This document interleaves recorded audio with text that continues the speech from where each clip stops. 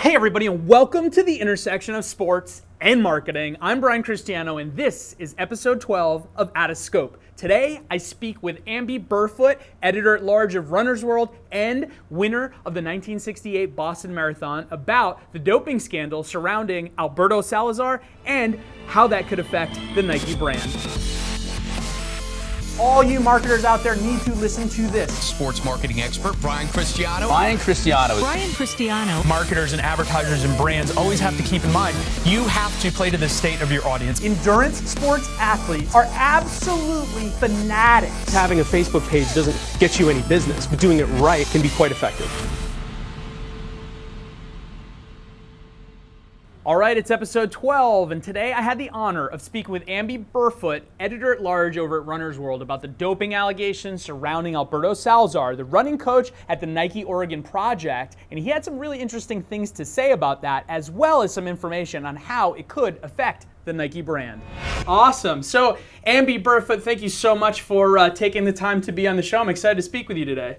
Well, it's nice to be here and talking with you also, Brian. Well, thank you so much. So you are 1968 Boston Marathon winner. You are an editor-at-large at Runner's World, and you're quite the authority in the sport of running and other endurance sports. So thanks so much. I'm a senior citizen in the sport of running, so I have been around for a lot of years. I've met a lot of people, and I've seen a lot of water flow under the bridges. I'm sure, and I think that's a perfect transition to the topic I wanted to get your take on, which is the Alberto Salazar and Nike scandal, where he's been accused of doping different athletes and some other, illegal methods or, kind of shady efforts to improve performance. What do we know right now, and what's your take on that?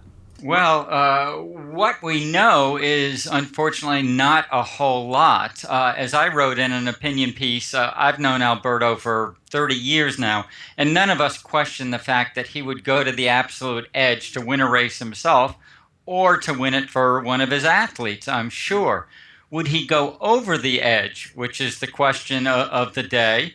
I would like to believe not. I would like to believe that he would find a sort of a hazy gray zone where he could not be nabbed for illegal dealings. I saw the entire BBC report, the video report, and I wasn't as impressed with it as I expected to be, frankly. There was a whole lot of first-person opinionating in it. And then the interviews with Steve Magnus and Kara Goucher, those were very concerning. Right. What was concerning about the Kara Goucher interviews? What concerns you about that? That people who are very, very much part of our sport, have been a part of it for a long time, Kara and Steve Magnus, have been a very close part of Alberto's project in Oregon, the Nike Oregon project. They had real concerns about things that they saw or thought that they saw, that they reported certainly to the BBC, possibly involving illegal substances, certainly testosterone, and also the possibility of the use of prescription medications, which are not per se illegal, but also not illegal for doping, but illegal for a non-physician to be bandying about as they said it was happening. Right. And as far as that goes, I think what's interesting, and one of the reasons that I'm very interested in getting a little deeper into this with you, is to the running community, this is kind of a big deal. To people outside of the running community, they may not be completely aware of what this is or what this means. And, a perfect example is, with Lance Armstrong. Obviously, Nike was one of his, if not the biggest sponsor. And when that scandal happened, they pulled back, and it was international headlines because his name was so large. Not so many people know Alberto Salazar, and so the people that don't completely understand it or aren't so deep into the running community, what's their takeaway, and why should they care about this? Well, let's go back to Lance briefly, just to make a point there, which was that Nike stood very, very strongly behind him through all the years of accusation, and goodness knows nobody faced more accusation than Lance. Nike stood behind him until he, in effect, confessed, and then, they had no choice, I don't think, but to say, this is not the person that we believe in, this is not the way to approach sport. Neither Alberto Salazar or any marathoner, frankly, in the globe could approach the worldwide hero person cancer story that Lance had. So, of course, it isn't as well known. But in the United States, Alberto was the shining star of the 80s, winning major races, Boston, New York, on the track. In fact, up to 84, when he started to hit a little bit of a decline, we were hopeful that he might win the Olympics, and then he would have been a worldwide name of the Lance type. But he was in the decline then, didn't have a great day in the Olympics, and many years afterwards fought to come back. Has admitted to using prescription medications himself as part of his comeback. And he had one or two remarkable races in the next 10 years, but not a lot of them. He just spent a lot of time searching for answers. Alberto searches. He uncovers every stone. He looks and looks. He tries everything and hopes to find something that'll work. So, with that said, as far as a sponsor like Nike, obviously it's the Nike Oregon Project. Alberto Salazar is the coach of that, with these different athletes who are running for him or under him.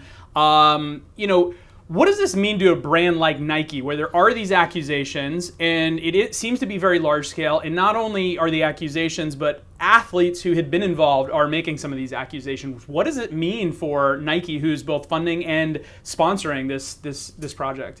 Yes, well, I'm sure people at Nike are asking themselves that question right now, and I think they need to do a very strong internal investigation. I haven't heard that they have done that, other than perhaps talk to Alberto, who of course tells them he's playing by the rules. Right. I think they need to do more than that.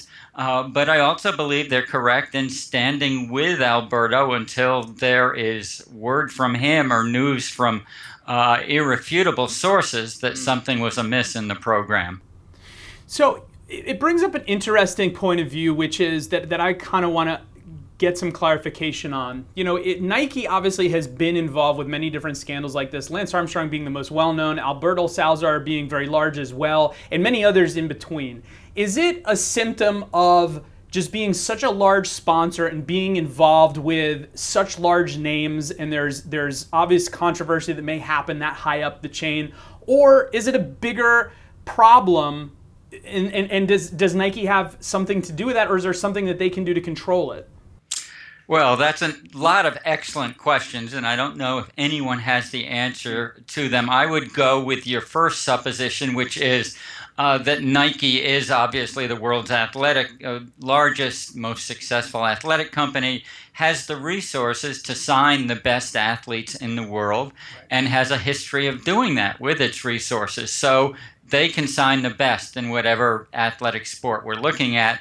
And then the question becomes, are the people at the top of the sport winning gold medals and major championships, are they there because Nike's sponsoring them? Are they there because they're using illegal means? Are they there because they just have such incredible talent and hard work to get there? Of course, it's a mix of many things. But I think primarily Nike ends up in the spotlight, certainly in track and field, because it sponsors so many of the top athletes. Do you think it affects their brand in any way?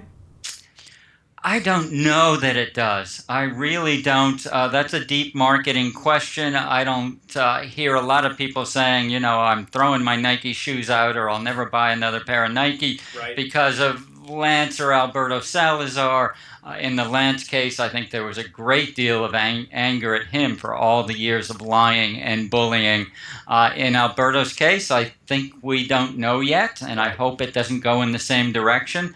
I suppose it would be true if Nike was involved with too many of these athletes who seem to follow a similar path. Then people would start putting two and two together and maybe draw conclusions that would have an effect on Nike. Yeah, no, I think that definitely makes sense, and I agree with you where it's obviously you're involved with people at such a high level. There may be stuff going on, and that's out of control from the sponsor's perspective. But it is interesting as a sponsor that large, it does put so much money and effort and energy into it. Is there anything that they can do as a sponsor to either try to prevent this, or should they be involved in anything more than just being a name and a sponsor for these athletes? Should they be involved on a deeper level? Yeah, I suppose, the drug testing agencies always need more money to do their job better, obviously, than they're doing it so far. And Nike, not Nike alone, but Nike and other shoe companies, athletic companies, the big ones, could get together and say, hey, let's tithe each other, let's tithe ourselves and contribute to the world anti-doping and see if we can help out. Other than that, I think they should be as careful as they can possibly be in who they choose to align themselves with. And I know everybody looks awfully good when they win an NCAA championship or a world marathon major or a Wimbledon tennis championship, and they all sound great in front of the press conferences. It's pretty hard to tell. Clearly, they should be giving their athlete contracts should have some doping clauses that require the return of whatever they've given over a number of years if somebody should be found to have been doping. Yeah, absolutely. That makes a lot of sense as well. And I guess it's a hard thing to control regardless, but maybe they can give back in a bigger scenario and maybe help out the doping efforts or the anti-doping efforts on a larger scale. Well, it's clearly going to take everybody going together to help out, from people speaking in junior high schools and high schools to the kids on why they shouldn't be using these substances, to the commercial entities stepping up and perhaps funding the anti-doping agencies more. Now, you've been on both sides of this, obviously, as an editor for Runner's World and as a world-class athlete yourself, winning the Boston Marathon. Do these scandals, whether proved true or not, just the accusations, does it negatively impact running as a whole, the community? It does impact the larger national view of running. On a local and personal level, 99.9% of people run to lose a few pounds, to feel good, to stay fit, to be in good heart health and things like that.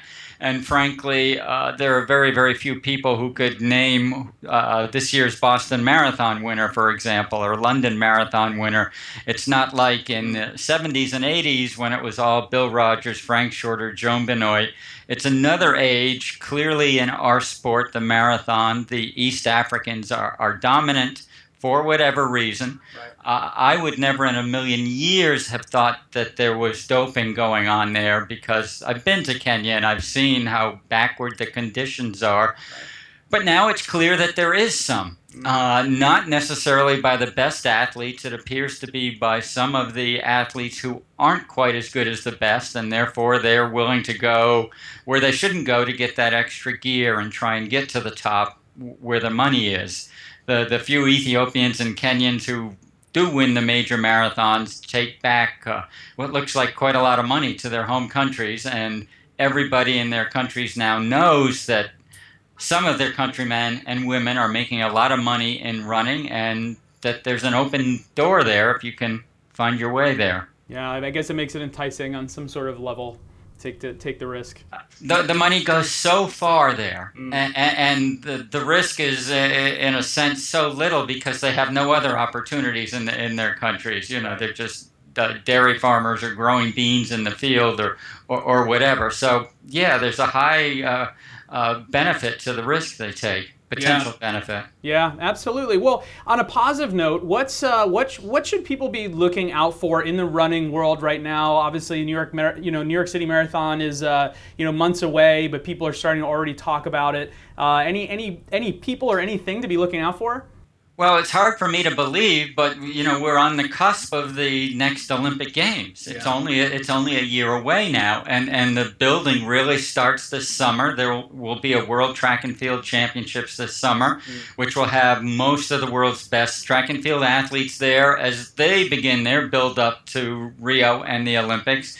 And then the scene tends to go a little bit quiet in the fall because the athletes some of them will run the Chicagos and New Yorks and other big marathons, but some of them will rest because the U.S. Olympic Marathon Trials is mid-February next year in LA. So that's not a lot of recovery if you're running in November. So it'll be interesting to see how people play the little bingo game for themselves and where they want to put their chips down or not. But we are now on this slow, gradual build-up to Olympic Games 2016. Everybody will be saying, can Usain Bolt do it again for a third time? And that's a great question. And that's, Usain Bolt is, better or worse, a big part of our sport right now. But there'll always be a lot of emphasis on the marathon, too, because that's such a worldwide popular event. When you say for better or worse with Usain Bolt, what do you mean by that? Well, I mean that Usain Bolt is the only person in the sport that the sports reporters, the newspapers, the media pay attention to. Right. People have done studies. I don't have them at my fingertips, but he controls a fairly substantial amount of the money going to athletes in track and field now. It's either, you've got a great meet if you have Usain Bolt, and if you don't have Usain Bolt, who comes very expensive, needless to say, then you got a meet that people might be yawning at instead of wanting to watch. Right, and he's somebody who's built up quite a huge personal brand. That's somebody that has international recognition anywhere you go. Yeah, and he's got that spontaneity, and he's hard not to like, and he just keeps on producing when he needs to produce. I've been lucky enough to see him in a couple of his big Olympic victories, and he's just galvanic. He's just exciting as can be, and that's not true of everybody. Yeah, that's very true. Well, he is exciting to watch, nonetheless. Last question, unrelated to any of this, but I have to poke your brain. If you had to give one tip to runners out there of any level, what would be your best tip? Oh, the best tip in running is simply to realize that it's a game of patience, and nobody becomes a star overnight, and it takes weeks, months, years of training to get to be your best. And the second thing is mainly that it's great to go for your personal record and set a best in a marathon or 10K, but running is really a lifetime sport, and the most important thing is listen to your body, read your body, take rest when you need it, and keep yourself going for life. I'm 68. I've run about 105,000 miles. Wow. I'm not in perfect shape. No 68-year-old can honestly tell you they're in perfect shape. Bodies go downhill at a certain point, but I am in good shape, and that there's an energy and vibrancy that comes from being fit and healthy that running can really help with. Well, fantastic. Well, I'm glad you're still out there kicking butt. I'm sure when you say you're not in shape, you'd still run past most average people and then some without any sort of problem. Some yes and some no. Well, Amby, thank you so much for your time. I really appreciate it, and thanks for giving us your insight. You bet, Brian. This is really fun. Well, there you have it. Amby Burfoot, some really fantastic information. Thank you so much for coming on the show. We're going to be following this as it develops from both the running side and from the brand side for Nike. And if anything happens, anything pops up, I think we're going to do a follow-up on this on a future episode. And this brings me into my marketing tip of the day.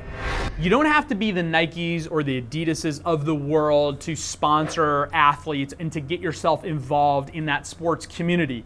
As a small business, as a local business, as a mid-sized business, you can and should be getting involved with sponsorships that involve your local community. Let's say, for example, you're a running store, whatever your local community is, you should be sponsoring local races. You should be setting up and creating local races. You should be inviting in local elite athletes into your store to talk about different tips and training techniques. There's so many ways to do it, and it doesn't have to cost you a lot of money. You just have to make the relationships, make inroads in your community, and give back to the people that are your customers. That's the key. And if you can do that, you can do it on a low-cost ratio, and the impact can be huge, because if people in your local community, the people that are going to be your customers or should be your customers, are seeing that you're being involved and you're giving them that extra value that they wouldn't be getting anywhere else, well, they're going to turn into diehard fans, and that's what it's all about. So you don't have to be huge to be able to execute something like that. You can be a local community, you can be a local store, you can be a local brand, you can be a small size business, and you can still do it, and you can still do it really well. You know, let's say, for example, you sell basketballs, you're selling in that world. Well, you know what? You should be supporting the local high school basketball team. You should be going to those tournaments. And I don't mean going there and just throwing your logo up. I mean actually helping them progress the sport, because now all of those students, all those people at the school, all the people, the fans, the parents that are watching that are going to see that you're helping to progress the sport, whether it's setting up a new,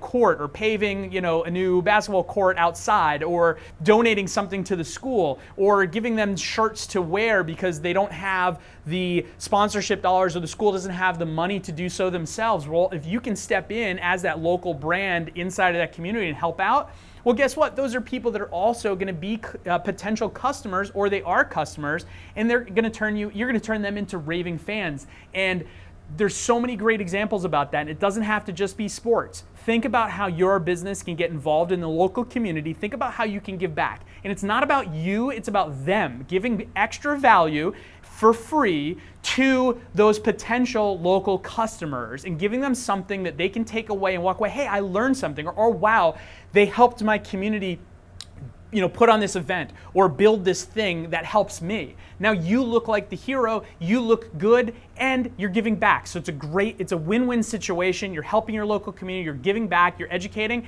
and in turn, those people are going to become raving fans of your brand. So that's my marketing tip of the day. This is episode 12 of Out of Scope. I'm Brian Cristiano. Please like, share, comment. Let me know what you like. Let me know what you hate. I've had a lot of people tell me what they like. I've also had some people tell me what they hate, but it's actually been really appreciated. So please do, because we want to continue to improve the show. Thank you so much for watching. I'm on like 5 hours of sleep. Hey everybody! Welcome to the intersection of sports and marketing. I'm Brian Cristiano, and this is episode 12 of Out of Scope. Today I talked to... You're hired.